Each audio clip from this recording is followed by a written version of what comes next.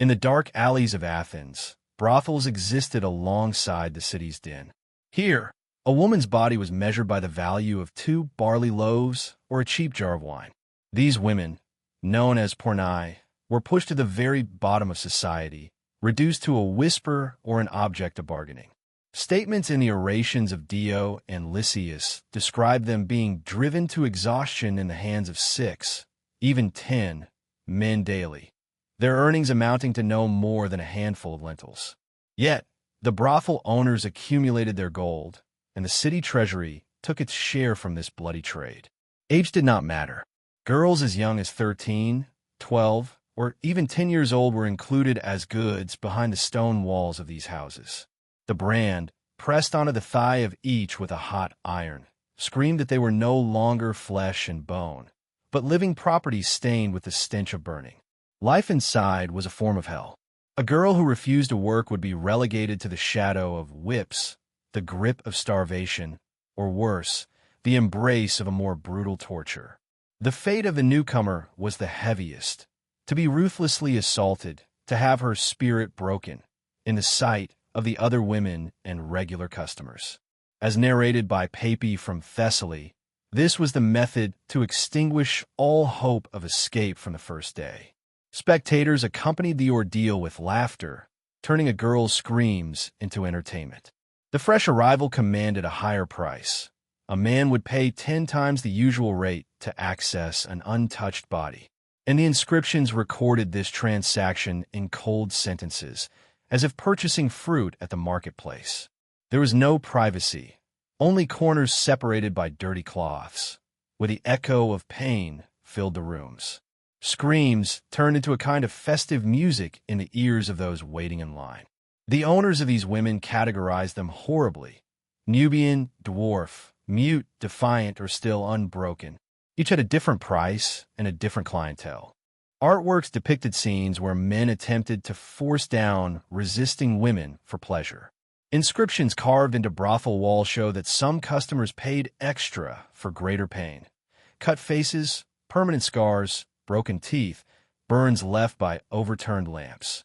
Pain was a commodity that multiplied as it was marketed. A woman's scream became a melody to ears intoxicated with wine. And all of this transpired in a city that boasted a philosophy and took pride in its tragedy stages. Yet, even daily violence paled in comparison to the savagery of religious festivals. During the feasts dedicated to Dionysius, women were offered freely to the male crowds under the pretext of a sacred ritual. Thus, the stone walls of Athens concealed the screams of enslaved women more than the words of philosophers. In the shadow of Athens' stone walls, the atrocities staged during the ominous nights of the festivals turned into a shameless display of lust. Music played as drunken mobs assaulted women's bodies. Wine flowed like water, and while bets were placed on how much the victim could endure. In those days, a woman's last shred of dignity vanished, leaving behind only a body turned into a plaything in the hands of the crowd. Medical records document deaths resulting from drowning, internal bleeding, and unending torture. Priests consecrated all this as sacrifices offered to the gods, the wine and the women's blood mingling on the same stone altar, and their dying breaths glorified as prayers for abundance. Once the festival ended, those still breathing were dragged back to the brothels, and the dead were tossed like garbage into ravines outside the city. But the frenzy of the festival was only a reflection of the daily hell. Beatings, rods, leather straps, fists. Even the smallest mistakes became an excuse for painful games. Spilling a drop of wine, saying the wrong name, or simply crying. A woman could be locked in the darkness of stone rooms for days without food or water. Sometimes she would be tied to a post in the courtyard, shivering soaking wet on freezing winter nights, or slowly melting under the scorching summer sun. Owners mockingly called this character correction. Wooden clubs, heavy wine cups, the blunt edges of dull knives. All were tools for enforcing obedience. Over time, women learned to hide their pain behind false smiles, because every scream, every tear invited new violence. The city that glorified the perfection of a human form and statues had turned women's bodies into a dark canvas of bruises, burns, and scars. Those who attempted to escape were not seen as seeking freedom, but as stolen property from their masters.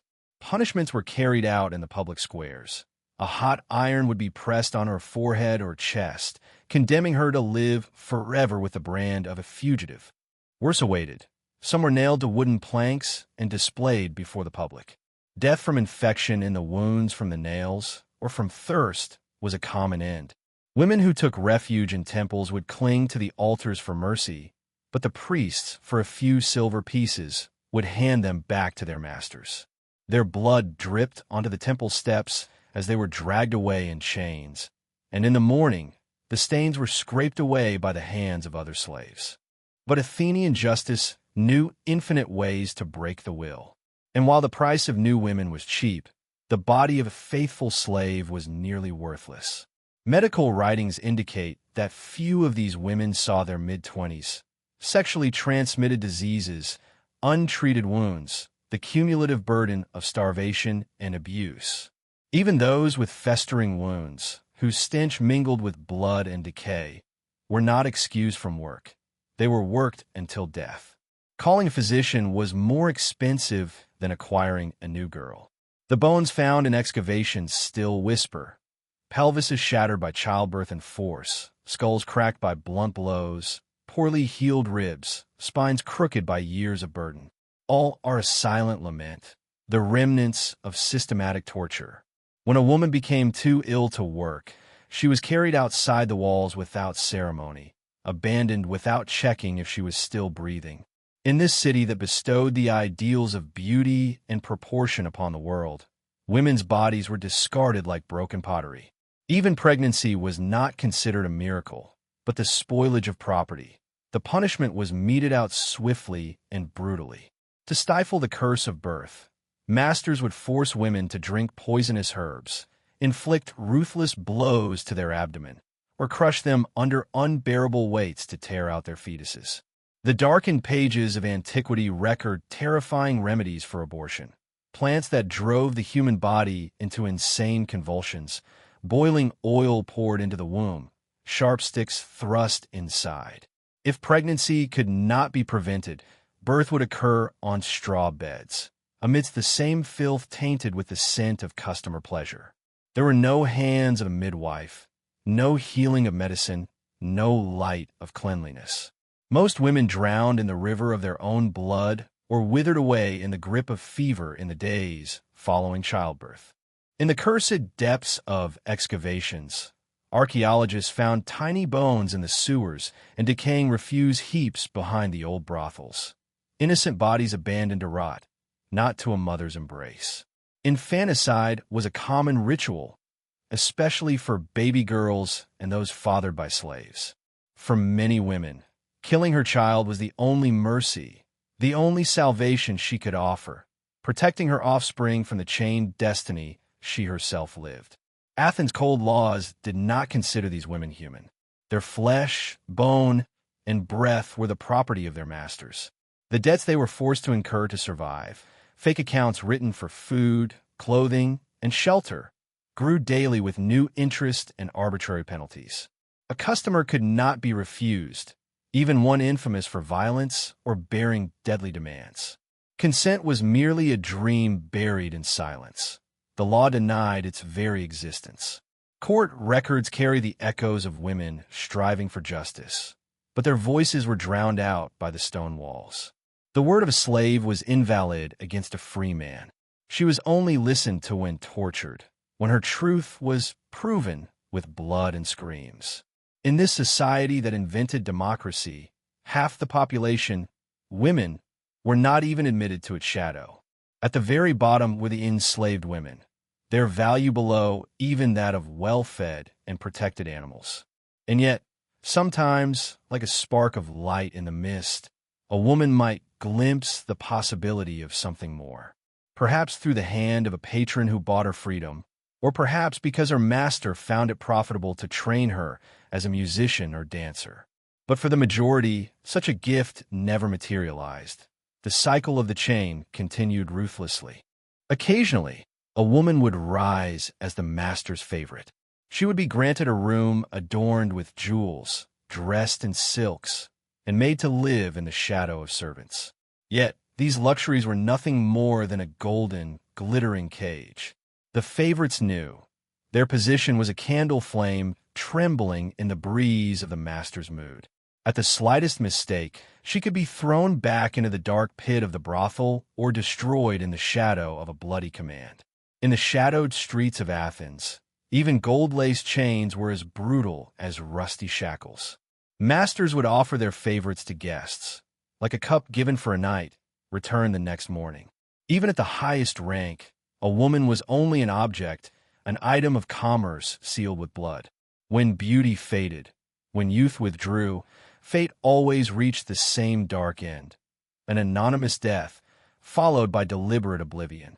Their corpses were dragged into deep fissures or unmarked, unseen pits beyond the city gates.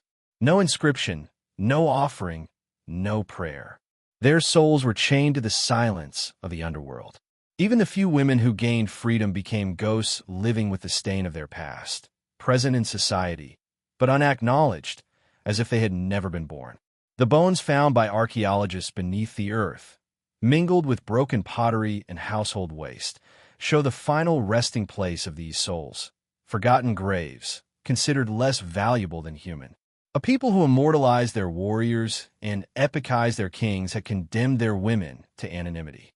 Their cries were lost in the roar of daily amusement. The cruelty was not just about being forgotten, but about being spectacle. On the stages of Aristophanes, courtesans were reduced to the image of lust and ridicule. Theater walls trembled with the echoes of moments when rape and beatings were met with laughter. Even the wine cups used inside homes were etched with scenes of gang assaults and torture. A woman's pain had become the embellishment of daily life, everywhere like the shadows, but never truly seen. While poets delicately praised noble mistresses, they reduced the tears of the brothel women to morning dew and their screams to cheap rhymes. Where tragedy was a sacred art, the real tragedies of living women were sacrificed for cheap jokes. Athens had mercilessly made an art of closing its eyes. The gold from the brothels flowed into the city treasury, and the trade in women carried blood through the veins of Athens. Democracy rose upon the backs of those who were chained. Women were utterly excluded.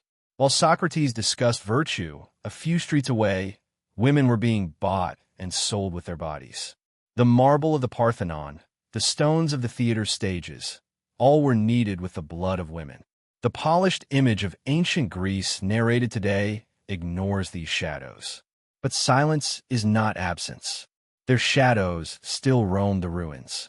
From the nameless graves, the broken pottery, the faded inscriptions, a single whisper rises, "Do not forget us."